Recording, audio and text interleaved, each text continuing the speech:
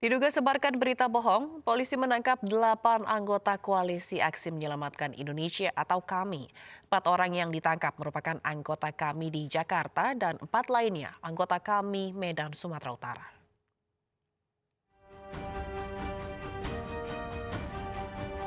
Tim dari Direktorat Tindak Pidana Cyber Barreskrim Polri menangkap sejumlah aktivis dan petinggi koalisi Aksi Menyelamatkan Indonesia (KAMI). Kepala Biro Penerangan Masyarakat Brigjen Awistiono mengatakan, aktivis KAMI yang ditangkap di Jakarta yakni Syahganda Nainggolan, Jumhur Hidayat, Anton Permana, dan Kingkin. Aktivis KAMI yang ditangkap diduga melakukan tindak pidana menyiarkan berita bohong atau hoax dengan menerbitkan keonaran di kalangan masyarakat. Mereka semua ditangkap karena terkait dengan adanya demo Omnibus Law, penolak Omnibus Law yang berakhir anarkis di Sumatera Utara.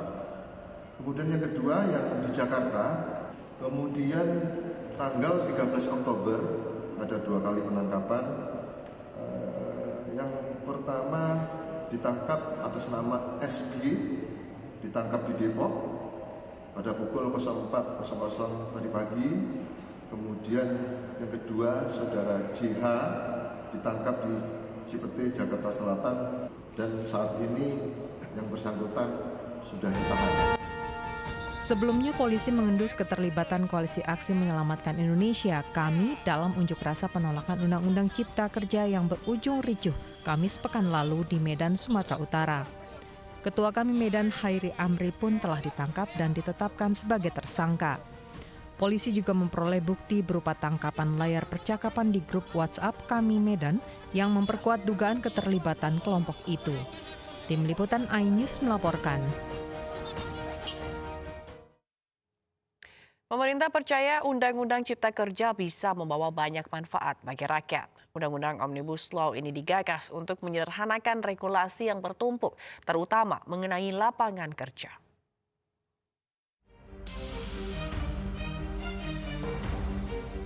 Pemerintah berupaya menjawab keraguan masyarakat di tengah kontroversi yang terus terjadi pasca disahkannya Undang-Undang Cipta Kerja oleh DPR 5 Oktober lalu. Berdasarkan yang telah kita simak dan kita dengar bersama, maka sekali lagi saya memohon persetujuan untuk di dalam forum rapat paripurna. Bisa disepakati? Meskipun hingga saat ini DPR belum menyelesaikan draft isi Undang-Undang Cipta Kerja tersebut dengan berbagai alasan.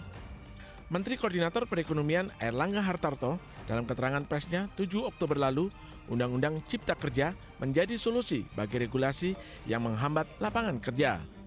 Menurut Airlangga, undang-undang ini juga mendesak diberlakukan karena sekitar 2,92 juta angkatan kerja membutuhkan lapangan kerja baru, apalagi di tengah pandemi COVID-19.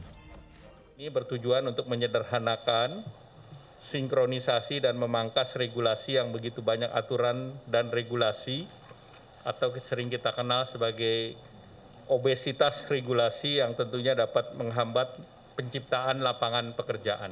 Kita ketahui bahwa ada sekitar 2,92 juta anak muda yang membutuhkan lapangan pekerjaan, apalagi di tengah pandemi COVID ini, kebutuhan atas lapangan kerja baru sangat mendesak.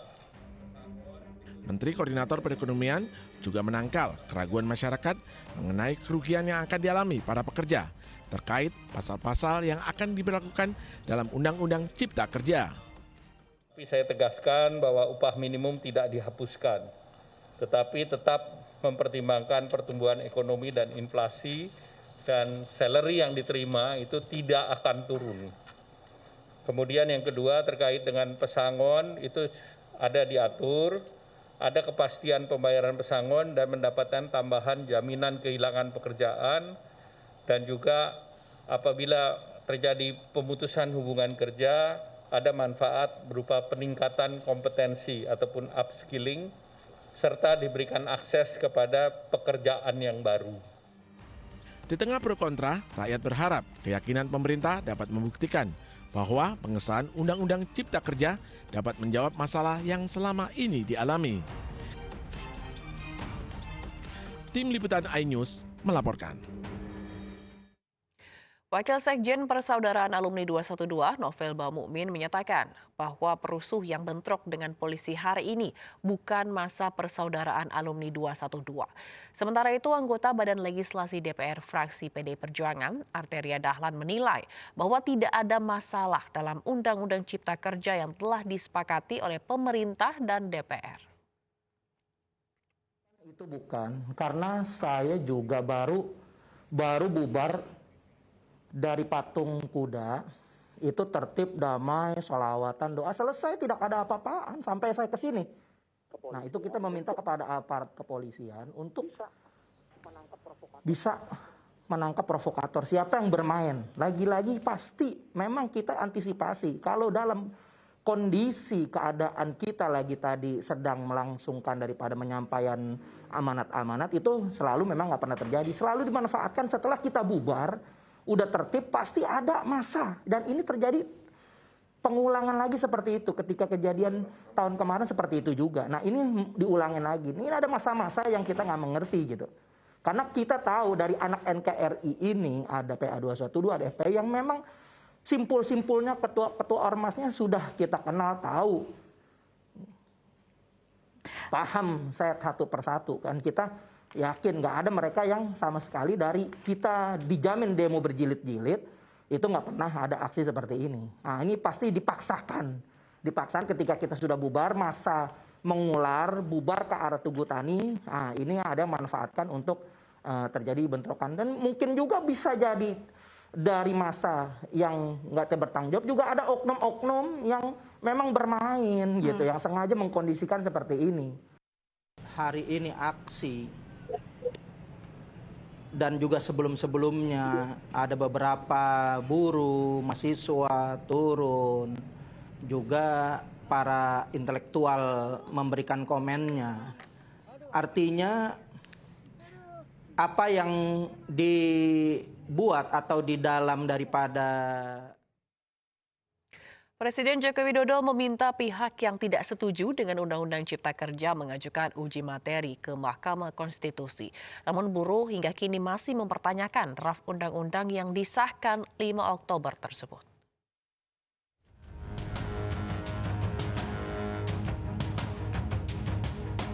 Maka sekali lagi saya memohon persetujuan untuk di dalam forum rapat paripurna. Bisa disepakati?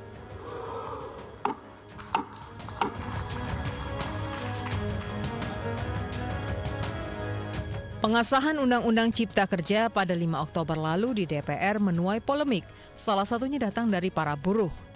Unjuk rasa menolak undang-undang ini pun terjadi di berbagai daerah. Namun, Presiden Joko Widodo menegaskan jika ada pihak yang tidak setuju dengan Undang-Undang Cipta Kerja ini, diminta mengajukan uji materi ke Mahkamah Konstitusi. Jika masih ada ketidakpuasan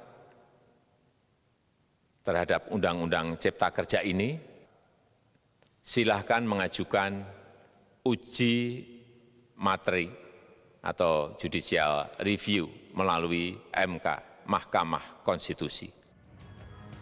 Namun hingga saat ini draft Undang-Undang Cipta Kerja belum bisa diakses publik. Presiden Konfederasi Serikat Buruh Seluruh Indonesia (KSBSI) Eli Rosita Silaban pun mempertanyakan draft undang-undang ini lantaran pihaknya belum mengetahui secara pasti isi dalam draft Undang-Undang Cipta Kerja yang disebut-sebut mendegradasi hak buruh. Berikan ke masyarakat secara terbuka undang-undang yang ada, jangan kita dipermainkan, karena memang pada dasarnya kami memiliki hoax. Karena dari DPR sampai sekarang kita tidak mendapatkan itu. Walaupun misalnya yang sekelas sekali berpengacara kondang mengatakan bahwa beliau sudah memiliki itu, saya masih mendengar tadi malam bahwa ada seseorang DPR berbicara di depan saya bahwa tadi malam baru mau dikeluarkan. Jika mengacu pada Peraturan Mahkamah Konstitusi Nomor 5 Tahun 2005, uji materi undang-undang dilaksanakan dengan mengajukan permohonan judicial review atau uji materi melalui kepanitraan dan ditulis dengan bahasa Indonesia baku serta dibuat dalam 12 rangkap. Permohonan harus memuat perkara yang digugat disertai dengan bukti pendukung. Jika berkas dianggap tidak lengkap, pemohon wajib melengkapinya dalam waktu 7 hari. Sementara tanggal persidangan akan ditetapkan dalam waktu 14 hari. Tim iNews melaporkan.